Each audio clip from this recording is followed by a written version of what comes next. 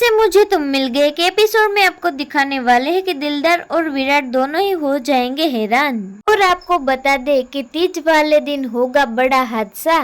अमृता तो होगी बिजी राजीव और निम्मी को एक्सपोज करने में और निम्मी को हिम्मत देने में, तो वही प्रियंका अमृता पर ही जानलेवा हमला करने की प्लानिंग करेगी और भवानी को डराएगी ताकि भवानी अमृता को घर ले आए। जब अमृता के साथ बड़ा हादसा होगा तब प्रियंका बहुत ही खुश हो जाती है और आप सब देखने वाले हैं कि इस पार्टी में, इस सेलिब्रेशन में बहुत सारे तमाशे होने वाले हैं। विराट अमृता का स्टैंड लेने वाला है और अपनी माँ पर गुस्सा होने वाला है और कहने वाला है कि अगर आपको पता था निम्मी और राजीव के रिश्ते के बारे में तो आपने कोई फैसला क्यों नहीं लिया। मेरी बहन की खुशी से बढ़कर कोई सोसाइटी नहीं है।